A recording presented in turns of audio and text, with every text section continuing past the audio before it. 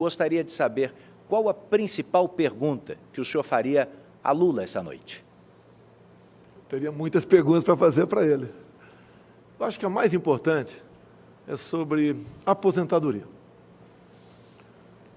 Nós temos uma massa grande de aposentados, pensionistas, servidores, aposentados rurais, entre outros. O Lula nunca foi afeto ao mercado, nunca teve preocupação em colocar bons ministros da economia.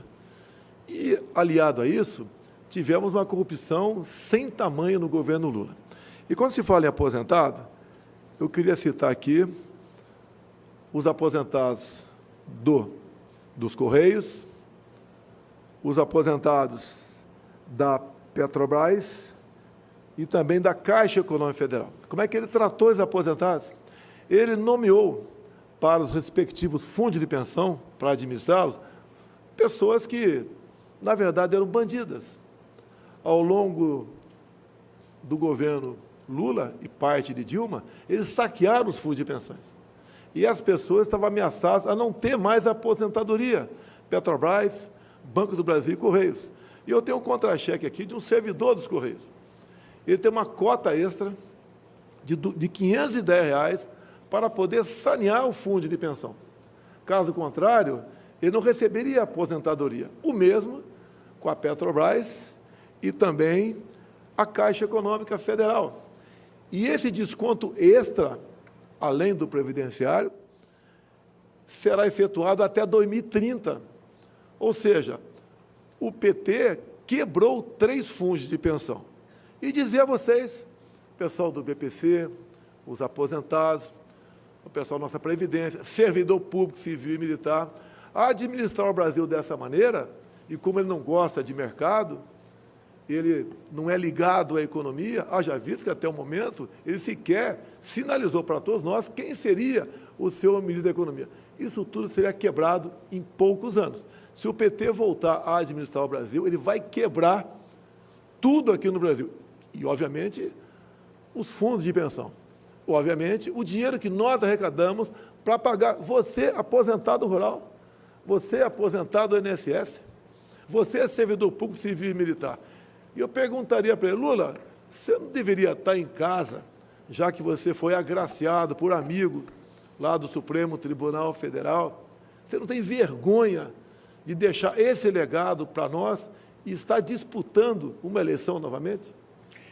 Presidente, que avaliação o senhor faz da atitude do ex-deputado Roberto Jefferson, hoje pela manhã, que recebeu a bala agentes da Polícia Federal que tentavam efetuar a prisão dele depois das ofensas à ministra Carmen Lúcia do Supremo e também do descumprimento das medidas que definiam a prisão domiciliar dele. Eu pergunto, o senhor teme que isso respingue negativamente na sua campanha? E mais, o que é que o senhor diria ao eleitor que insiste em apoiar atitudes como a do ex-deputado? Olha, tão logo tomei conhecimento, foi feito contato com o ministro da Justiça, que é um delegado da Polícia Federal, Anderson Torres, para que ele acompanhasse o caso, se deslocasse para perto do episódio, como ele foi para Juiz de Fora, e disse para ele que o tratamento dispensado ao senhor Roberto Jefferson deveria ser o de bandido, porque quem atira em policial, bandido é. E, obviamente, eu não poderia falar nada mais com a imprensa, porque a captura do Roberto Jefferson estava em andamento. Obviamente, se eu tivesse falado qualquer coisa mais cedo para a imprensa, a não ser uma nota que eu dei nos meus tweets, tá, eu poderia estar comprometendo o bom andamento da operação. Obviamente, tem gente aí, em especial outro candidato, o Fujão, que a gente poderia estar combatendo aqui, quer tirar proveito político disso. Primeiro, ele diz que o Roberto Jefferson coordena a minha campanha e é meu amigo. Ele não coordena a minha campanha. E não tem nada de amizade. Tanto é verdade que agora, em meados de setembro, ele entrou com uma queixa-crime contra o Superior Tribunal Militar, contra a minha pessoa e o do senhor ministro da Defesa por prevaricação. Ou seja, quem me processa não pode alguém achar que ele é meu amigo. O que ele fez, o que ele queria aqui, o que ele está querendo, buscando da justiça militar, são questões ligados a autoritarismo, e o nosso governo não se presta a isso. Agora, no mais, eu quero deixar bem claro, repudio também a maneira como o Roberto Jefferson se referiu à senhora ministra Carmen Lúcia. Nenhuma mulher deve ser tratada dessa maneira. Agora, deixo claro, a jornalista Bárbara Gância, jornalista, ofendeu a minha filha no dia do aniversário, no dia que ela estava completando 12 anos, com um palavreado mais forte ainda do que o Roberto Jefferson se referiu à senhora Carmen Lúcia. Também, há poucos dias, a senhora Sâmia Suragi, procuradora-geral do Estado de Alagoas, se referiu à primeira-dama, minha esposa, Michele Bolsonaro, como vagabunda. Ou seja, nós somos vítimas do crime de ódio dessas pessoas, e não o contrário, como o Fujão aqui deixa transparecer e me ataca de forma caluniosa.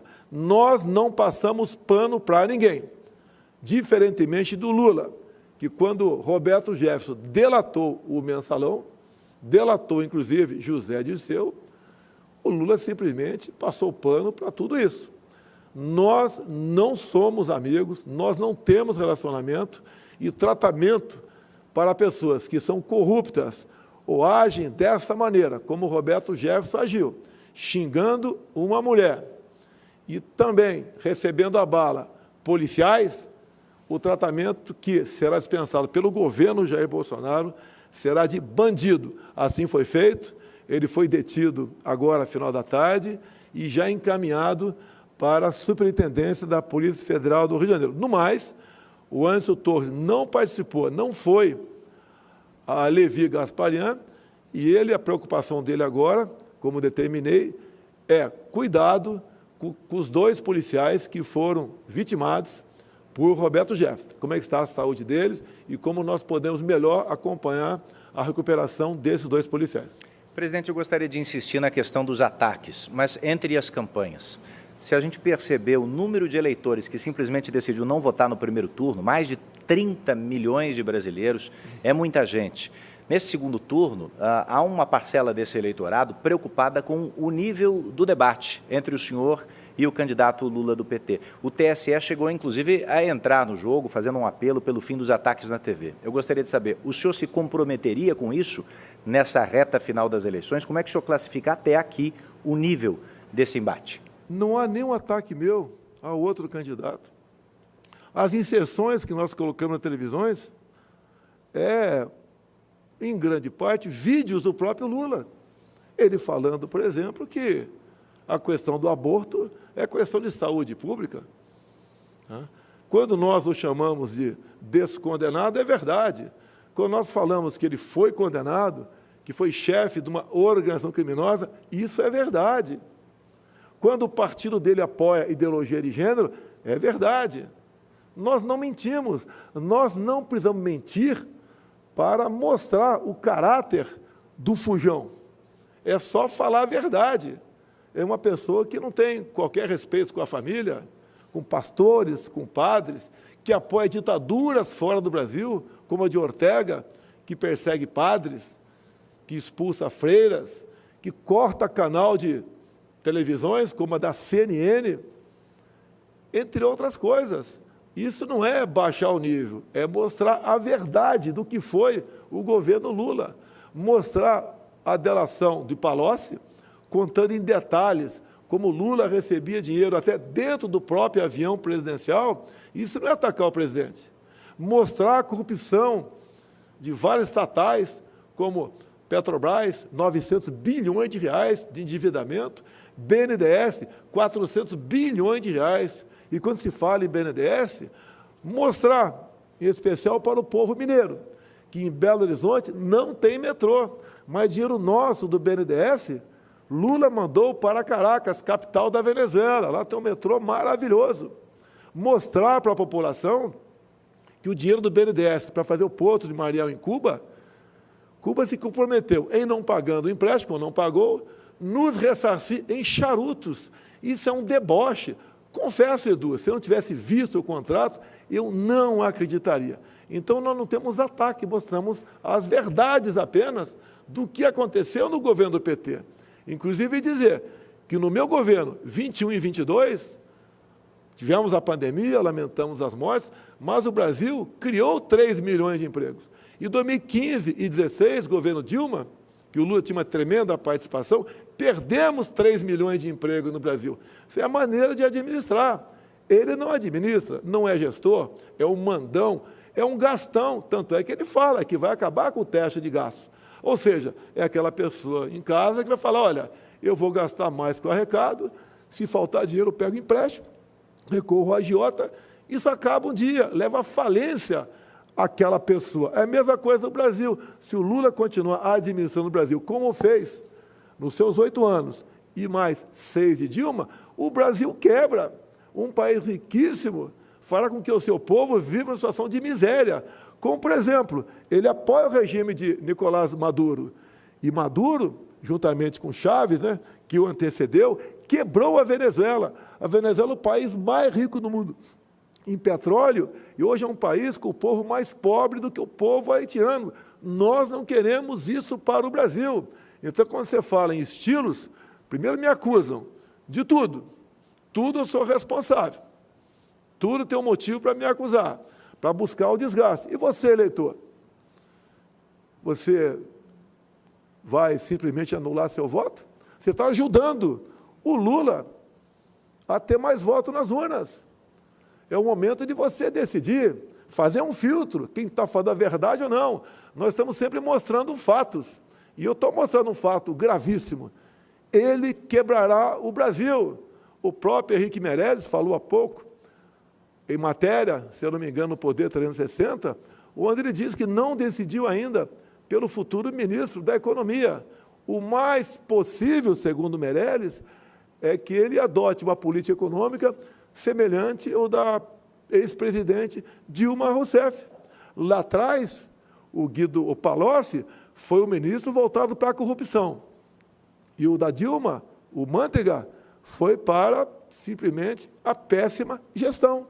Tanto é que o Brasil entrou em recessão em 2015 e 2016. Gostaria agora de falar sobre alguns temas que o próximo presidente da República, o senhor, se for reeleito, terá que enfrentar. Gostaria de começar sobre lei e ordem. Há tempos existe um debate sobre a redução da maioridade penal e a informação de que o senhor apresentaria um projeto de lei nesse sentido num eventual segundo mandato. Os críticos dessa proposta, sobretudo, falam sobre o sistema que não estaria preparado para isso, ou até mesmo sobre a superlotação que isso causaria nos presídios. Que argumentos a favor da proposta o senhor traria para o debate? A redução seria para os menores, 16 e 17 anos. Sempre lutei por isso, desde 91, quando cheguei à Câmara dos Deputados. Essa parcela de jovens, 16 e 17 anos, que é uma parcela muito pequena dos infratores, equivale a aproximadamente 0,2%, ou seja, cada 1.000, 2 jovens teimam em cometer crimes. E incentivados pelo fujão.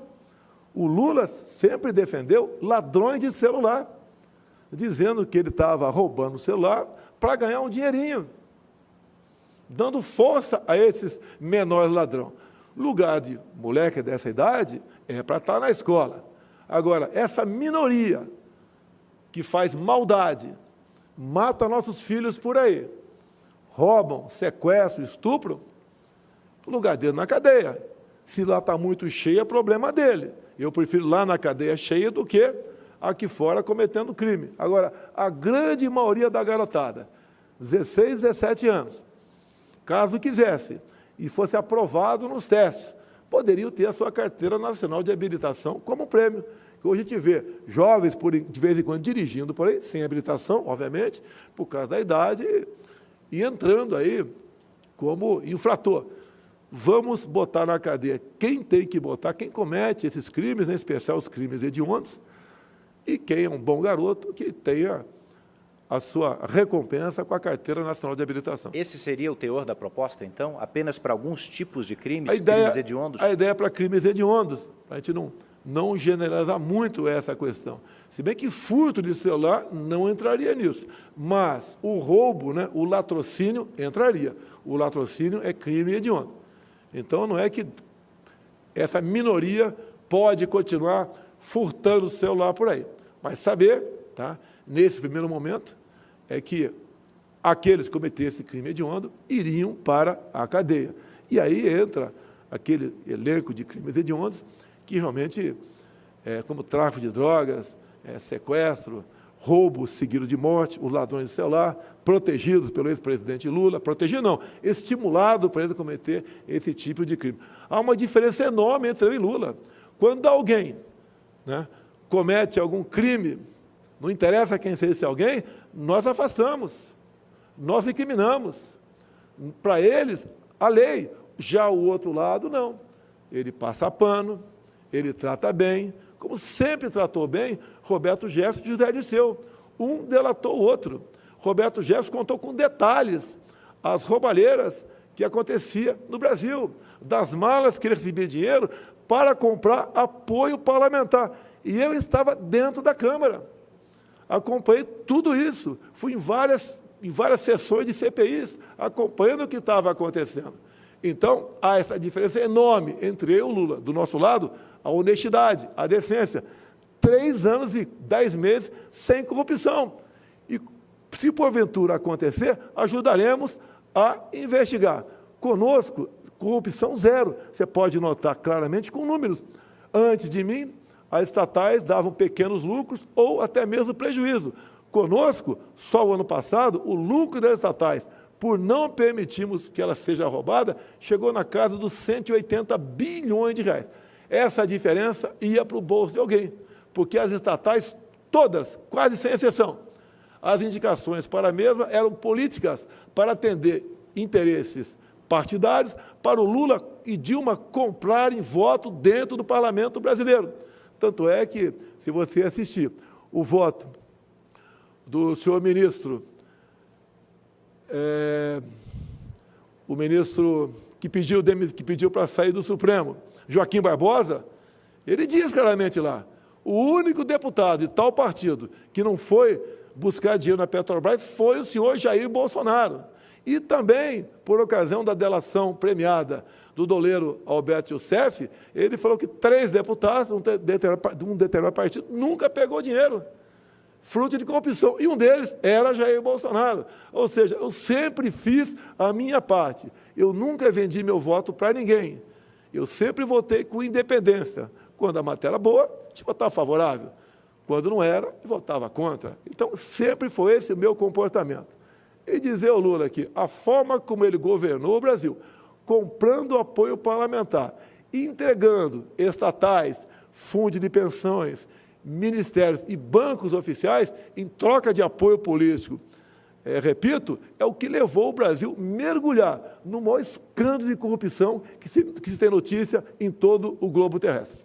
Bom, alguns veículos de imprensa foram proibidos pelo TSE de tratar de algumas questões envolvendo o seu adversário. A Justiça Eleitoral argumentou que havia ali notícias falsas ou um sistema de desinformação. Como é que o senhor avalia essa questão? Tivemos o caso Jovem Pan. Há 2 anos eu lancei um slogan: Deus, Pátria, Família e Liberdade. Pouca gente deu importância para isso, achando que a liberdade é um bem eterno. Tomaram conhecimento agora que a nossa liberdade está em risco. Agora, deixo bem claro, antes de qualquer crítica ao Tribunal Superior Eleitoral, que, no meu entender, decidiu equivocadamente sobre a censura junto à Jovem Pan, o processo que foi ajuizado lá foi assinado pelo Partido dos Trabalhadores. Ou seja, o PT está dando uma pequena demonstração de como seria um possível governo Lula no tocante à censura. E olha, Eduardo, o artigo 220 da Constituição, quando fala liberdade de expressão, é taxativo, que nenhuma lei pode ser criada para cercear o nosso direito de defesa, o de vocês, da imprensa, obviamente, sob qualquer pretexto. Lamentável a decisão do TSE, mas mais lamentável ainda o PT, que provocou o TSE com essa censura em cima da TV e rádio Jovem Pan. Eu gostaria de saber o seguinte, se o senhor tem essa popularidade esse capital político numa eventual vitória no segundo turno. A minha pergunta é, o senhor está satisfeito com o orçamento secreto? Porque o senhor teria, em tese, condições, inclusive, de maioria no Congresso para redistribuir o controle desse dinheiro. Vai lidar como com isso? Eu perdi poder. Para esse ano serão aproximadamente 19 bilhões de reais, que quem vai distribuir pelo Brasil vai ser o relator. Ele pode achar que tem seus méritos tocante a isso. Eu penso de maneira diferente. Não é o poder pelo poder. Creio que nós possamos melhor distribuir esse recurso. O que é secreto nele é o nome, são os nomes dos parlamentares que indicam o recurso junto ao relator, e o relator apenas notifica o respectivo ministro nosso e ele encaminha esse dinheiro para estados e municípios. Agora, quando falo em nomes, consegui aqui, entrego para você, se me permite, 13 nomes de petistas que usaram desse orçamento dito secreto. Eu falo dito que, na verdade, não tem nada de secreto. É uma lei que foi votada lá no Congresso, eu vetei a lei e o Congresso derrubou o veto. Agora, o que nós temos que fazer é fazer com que estes parlamentares, que indicam o recurso, que mandam o recurso para Estado e municípios, que o nome deles seja exposto para todo mundo, até mesmo os próprios parlamentares. Eu fico preocupado, porque eu já fui parlamentar, e eles mesmos não sabem quem o seu colega está indicando para quem. Isso daria aproximadamente aí 16, 17 milhões para cada um por ano. Tem parlamentar que eu sei recebe 2 milhões, o outro recebe 200 milhões de reais. Não tenho poderes sobre o orçamento secreto. Se eu fosse dono deles, como o PT diz, né? Se bem que o PT, todos os parlamentares do PT votaram para derrubar o veto. Eles foram favoráveis ao orçamento secreto, usam do orçamento secreto. Se fosse para eu comprar voto, como eles dizem, jamais eu daria, né? Se bem que eu não iria comprar voto de ninguém. Mas se fosse usar o orçamento para isso, jamais daria dinheiro para quem nos ataca o tempo todo, como são os parlamentares do PT, PCdoB e PSOL. O senhor tem nomes de outros partidos também? Temos mais também, posso te passar isso daí. Não foi fácil conseguir isso, foi junto ao respectivo ministro nosso, que eles recebem o ofício do relator, mandando recurso para tal estado ou município. E conseguimos, com o trabalho, então, de cada ministro, levantar esses 13 nomes de petistas, para provar que o PT, o Lula, que me acusa de corrupção no orçamento secreto, os seus deputados têm participação e têm mandado recursos para o Estado em cima dessa rúbrica, na verdade, chamada de RP9, apelidado de orçamento secreto. Presidente, em menos de 1 minuto e meio, para o final dessa minha oportunidade de perguntar ao senhor, o senhor, um mês atrás, falou sobre como a Justiça Eleitoral teria criado dificuldades para a participação das Forças Armadas na apuração, na totalização dos votos. Minha pergunta é simples, o senhor teve ou não acesso às conclusões das Forças Armadas sobre esse relatório? Diz com esse qualquer relatório por parte das Forças Armadas. Eles continuam trabalhando na busca de possíveis fraudes, por que não dizer isso? E o trabalho deles é louvável. De vez em quando eu converso com outro militar, ou melhor, basicamente com o ministro da Defesa, sobre essa questão. Eles preparam um relatório, e esse relatório será apresentado no momento oportuno. Digo, nós não temos poder de fazer auditoria nas urnas eletrônicas. Há aproximadamente 3 anos, a Polícia Federal concluiu 2 inquéritos, que foram pela linha da impossibilidade de auditar as urnas eletrônicas. A gente peça a Deus que tudo corra normalmente, mas deixo claro, as Forças Armadas têm um trabalho louvável no tocante a isso, tiveram dificuldade de colocar as nossas equipes técnicas das Forças Armadas com a equipe técnica do Tribunal Superior Eleitoral. Esperamos que tudo corra dentro da normalidade e que o vencedor realmente tenha os votos que as urnas apresentam. Candidato, eu quero agradecer muito a sua presença essa noite aqui no palco desse debate, dessa sabatina, e agora o senhor tem, como previsto nas regras, 3 minutos para fazer as suas considerações finais. É muito importante. Deus, pátria, família e liberdade. Quando eu falava liberdade, eu pregava no deserto. Pouca gente dava atenção a isso. E eu sempre falei que a liberdade é algo mais importante que a própria vida. Porque um homem, uma mulher sem liberdade não tem vida. Agora vimos, então, uma ação do PT, provocada pelo Partido dos Trabalhadores, o partido do presidente Lula buscando e atingir o alvo, censurando a Jovem Pan. A mídia como um todo tem reagido contrário a isso. Ainda dá tempo. Não podemos permitir que a censura avance no Brasil. É péssimo para todos nós. Sempre tenho dito, a imprensa, mesmo errando como erra, é melhor funcionando do que fechada. E tenho dito que o meu controle sobre a mídia é a liberdade total de expressão. Mídia livre, mídia produzindo matérias. E, se essas matérias não forem boas, não forem realmente úteis, o próprio povo acaba deixando de lado aquele órgão de imprensa. Liberdade acima de tudo. No mais, como sempre falo, vivemos num país de 90% de cristãos. Nós não queremos a liberação das drogas, como o PT quer, como Lula já falou que quer. Nós não queremos a ideologia de gênero. Nós respeitamos as crianças em sala de aula. Nenhum pai, uma mãe quer que sua filha de 6, 7 anos vá no mesmo banheiro da molecada de 14, 15 anos. Escola é lugar de aprender. A educação vem em casa. Nós também não admitimos a questão do aborto. Nós respeitamos a vida desde a sua concepção. Também a propriedade privada, para nós, é sagrado. Não podemos aceitar a volta ao passado, onde o MST invadia propriedades. Dinheiro nosso, do Brasil, do BNDES, é para ser aplicado no Brasil, e não fazendo metrô lá em Caracas, capital da Venezuela, ou Porto em Mariel, ou começar a fazer uma hidrelétrica lá na Nicarágua. Dinheiro nosso é para nós, aqui no Brasil. O que nós não queremos também é a volta ao passado da corrupção deslavada, cujo chefe da quadrilha, o Fujão, que não está aqui agora. Obviamente, ele tem que agir dessa maneira, porque não tem como se explicar. No mais, no próximo dia 30, todos vamos votar.